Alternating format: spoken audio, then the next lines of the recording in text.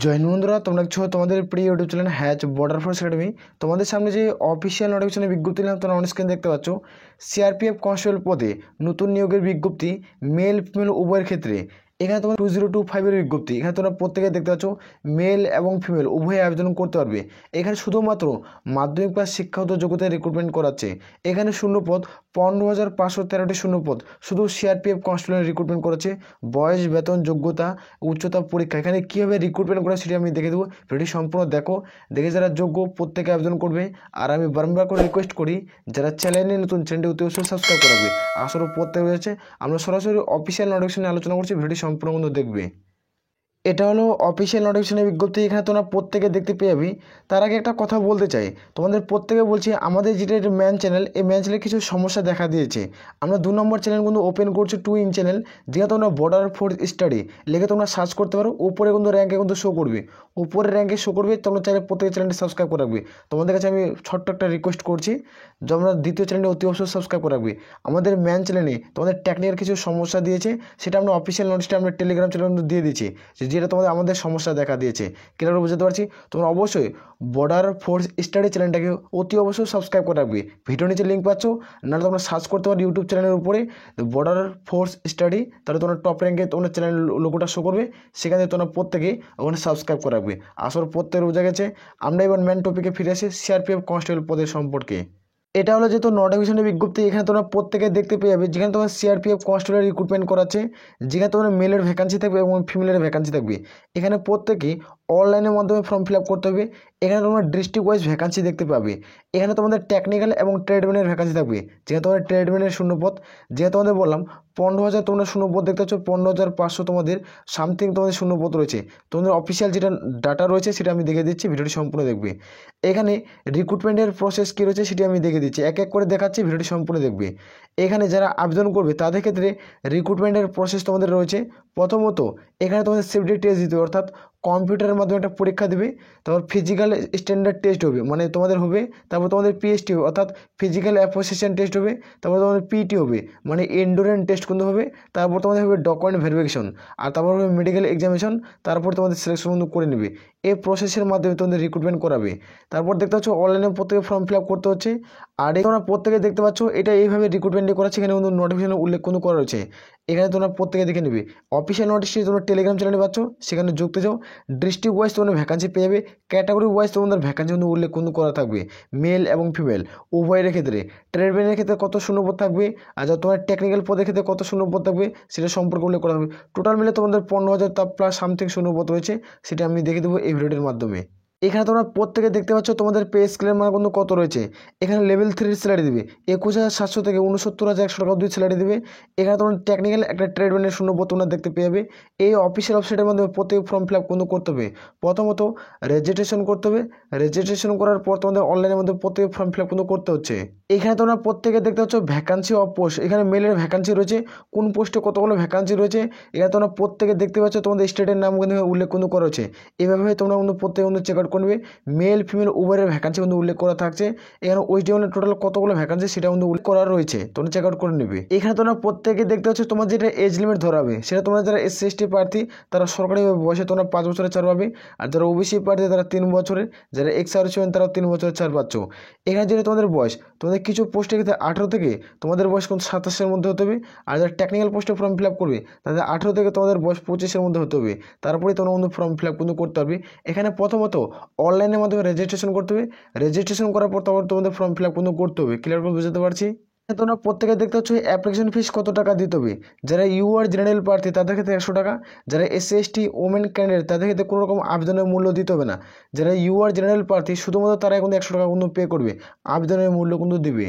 তোমরা প্রত্যেকে দেখতে পাচ্ছ তোমাদের এক্সাম সেন্টার কোথায় পড়বে, সেখানে তোমরা দেখতে পেয়ে যাবে।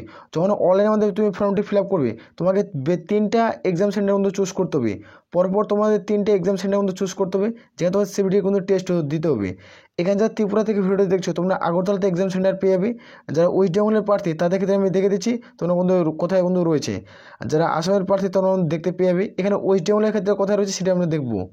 এখানে তোমরা প্রত্যেকে দেখতে পাচ্ছ যারা ওয়েস্ট বেঙ্গলের প্রার্থী এখানে বন্ধু উল্লেখ করেছে তোমাদের আসানসোল, যেখানে তোমাদের বহরমপুর, বর্ধমান, আর এখানে তোমাদের দুর্গাপুর, হুগলি, হাওড়া, কল্যাণী, কলকাতা, শিলিগুড়ি, সুরি, এই সমস্ত লোকেশন দেখতে পাচ্ছ। এই সমস্ত লোকেশনে তোমরা প্রত্যেকেই ওয়েস্ট বেঙ্গলের এক্সাম সেন্টার পেয়ে যাবে। এখানে বন্ধু উল্লেখ করা হয়েছে তোমাদের যে কোনো তিনটা বন্ধু চুজ করতে হবে, যে কোনো তোমাদের তিনটা চুজ করতে হবে, যেটাতে তোমাদের বেস্ট বলে মনে হবে সেখানে তোমাদের চুজ করবে। আর এখানে চুজ করার পর সেখানে তোমাদের এক্সাম সেন্টার কিন্তু পেয়ে যাবে। তারপর তোমরা দেখতে পাচ্ছ এখানে তোমার সিআরপিএফ যেটা রিক্রুটমেন্ট করেছে কনস্টেবল পদের ক্ষেত্রে, এখানে প্রত্যেকেই তোমরা দেখতে পাচ্ছ এক্সাম কিন্তু সিলেবাস একই রয়ে থাকবে প্রত্যেকেরই, যারা টেকনিক্যাল এবং trade union form fill up করবে। এখানে প্রত্যেকেই সিভিডি মোড পরীক্ষা দিতে হবে, যেখানে 100টা কোশ্চেন থাকবে, 100 নম্বরের পরীক্ষা হবে। এখানে সাবজেক্ট দেখতে পাচ্ছ জেনারেল ইন্টেলিজেন্স অ্যান্ড রিজনিং 25টা কোশ্চেন 25 নম্বরের হবে। আর তোমরা দেখছো তোমাদের জেনারেল নলেজ অ্যান্ড তোমাদের জেনারেল অ্যাওয়ারনেস 25টা কোশ্চেন 25 নম্বরের। এবং তোমাদের দেখতে পাচ্ছ ম্যাথামেটিক্স থেকে থাকবে 25টা কোশ্চেন 25 নম্বর, ইংলিশ এবং হিন্দি তোমাদের 25টা কোশ্চেন 25 নম্বর। টোটাল তোমরা 2 ঘন্টা কিন্তু সময় পেয়ে যাবে, টোটাল তোমরা 2 ঘন্টা সময় পাচ্ছ। আর এখানে ইংলিশ এবং হিন্দি ভাষায় কিন্তু পরীক্ষা দিতে হবে।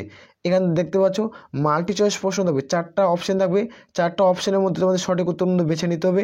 আর এখানে তো দেখতে পাচ্ছ 0.25 নেগেটিভ মার্ক, অর্থাৎ তুমি 4টা প্রশ্ন ভুল করবে, সঠিক নাম্বার থেকে তোমাদের কিন্তু 1 নম্বর কিন্তু কেটে নেওয়া হবে। এখানে কিন্তু উল্লেখ কিন্তু করা রয়েছে। এখানে প্রত্যেকের সিভিটির মাধ্যমে পরীক্ষা দিতে সিভিটি টেস্ট, এখানে একটা পরীক্ষা যারা পাস করবে তারা এখানে সরকারি চাকরি পেয়ে যাবে।